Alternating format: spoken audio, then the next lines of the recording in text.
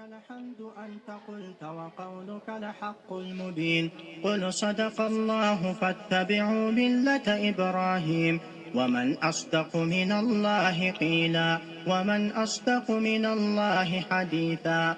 لا إله إلا الله المتوحد في الجلال بكمال الجمال تعظيما وتكبيرا، المتفرد بتصريف الأمور على التفصيل والإجمال تقديرا وتدبيرا، المتعالي بعظمته ومجده الذي نزل الفرقان على عبده ليكون للعالمين نذيرا. لا إله إلا الله أول بلا ابتداء وآخر بلا انتهاء، لا يفنى ولا يبيد ولا يكون إلا ما يريد. لا إله إلا الله العظيم التواب الغفور الوهاب، الذي خضعت لعظمته الرقاب وظلت لجبروته الصعاب ونالت لقدرته الشدائد الصلاب. رب الأرباب ومسبب الأسباب ومنزل الكتاب وخالق خلقه من تراب، غافر الذنب وقابل التوب شديد العقاب. في القول لا إله إلا هو عليه توكلت وإليه متاب. وصدق رسوله النبي الأمي الهاشمي عليه الصلاة والسلام، صلوات الله وسلامه عليه وعلى آله الطيبين الطاهرين وأزواجه أمهات المؤمنين وصحابته الغر الميامين والتابعين ومن تبعهم بإحسان إلى يوم الدين. ونحن على ما قال ربنا وخالقنا ورازقنا من الشاهدين، ولما أوجب وألزم غير جاهدين، والحمد لله رب العالمين. اللهم لك الحمد كله ولك الشكر كله وإليك يرجع الأمر كله علانيته وسره، فأهل أنت أن تحمد وأهل أنت أن تعبد وأنت على كل شيء قدير. نحمدك يا ربنا أن أوجدتنا من العدم وفضلتنا على سائر الأمم، ولك الحمد على ما يسرت لنا من صيام شهر رمضان وقيامه وتلاوة كتابك العزيز الذي لا يأتيه الباطل من بين يديه ولا من خلفه، تنزيل من حكيم حميد. لك الحمد ربنا كما هديتنا للإسلام وعلمتنا الحكمة والقرآن. لك الحمد سبحانك لا نحصي ثناء عليك أنت كما أثنيت على نفسك.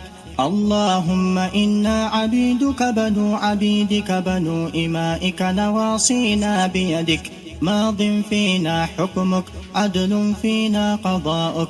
نسألك اللهم بكل اسم هو لك سميت به نفسك أو أنزلته في كتابك أو علمته أحدا من خلقك أو استأثرت به في علم الغيب عندك، أن تجعل القرآن العظيم ربيع قلوبنا ونور صدورنا وجلاء أحزاننا وذهاب همومنا وغمومنا وسائقنا ودليلنا إلى رضوانك وإلى جناتك جنات النعيم. اللهم ذكرنا منه ما نسينا وعلمنا منه ما جهلنا، وارزقنا تلاوته آناء الليل وأطراف النهار على الوجه الذي يرضيك عنا. اللهم اجعلنا ممن يحل حلاله ويحرم حرامه ويعمل بمحكمه ويؤمن بمتشابهه ويتلوه حق تلاوته. اللهم اجعلنا من أهل القرآن، اللهم اجعلنا من أهل القرآن الذين هم أهلك وخاصتك يا ذا الجلال والإكرام. اللهم ألبسنا به الحلل وأسكنا به الظلل وأسبغ علينا به النعم وادفع به عنا النقم واجعلنا عند الجزاء من الفائزين. اللهم اجعلنا عند الجزاء من الفائزين وعند النعماء من الشاكرين وعند البلاء من الصابرين. ولا تجعلنا ممن استهوته الشياطين فشغلته بالدنيا عن الدين فأصبح من النادمين وفي الآخرة من الخاسرين. اللهم اجعل القرآن العظيم لقلوبنا ضياء ولأبصارنا جلاء ولأسقامنا دواء ولذنوبنا ممحصا وعن النار مخلصا ولذنوبنا ممحصا وعن النار مخلصا. اللهم انفعنا وارفعنا بالقرآن العظيم الذي رفعت مكانه وأيدت سلطانه وبينت برهانه وقلت يا أعز من قائل سبحانه فإذا قرأناه فاتبع قرآنه ثم إن علينا بيانه. أحسن كتبك نظاما وأفصحها كلاما وأبينها حلالا وحراما محكم البيان ظاهر البرهان محروس من الزيادة والنقصان فيه وعد ووعيد وتخويف وتهديد لا يأتيه الباطل من بين يديه ولا من خلفه تنزيل من حكيم حميد. اللهم انقذنا بالقرآن من الشقاء إلى السعادة ومن البدعة إلى السنة ومن النار إلى الجنة ومن الشرك إلى التوحيد ومن أنواع الشرور كلها إلى أنواع الخير كلها برحمتك يا أرحم الراحمين.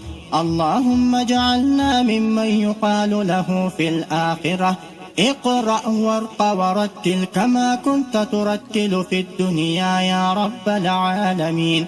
يا حي يا قيوم يا ذا الجلال والإكرام.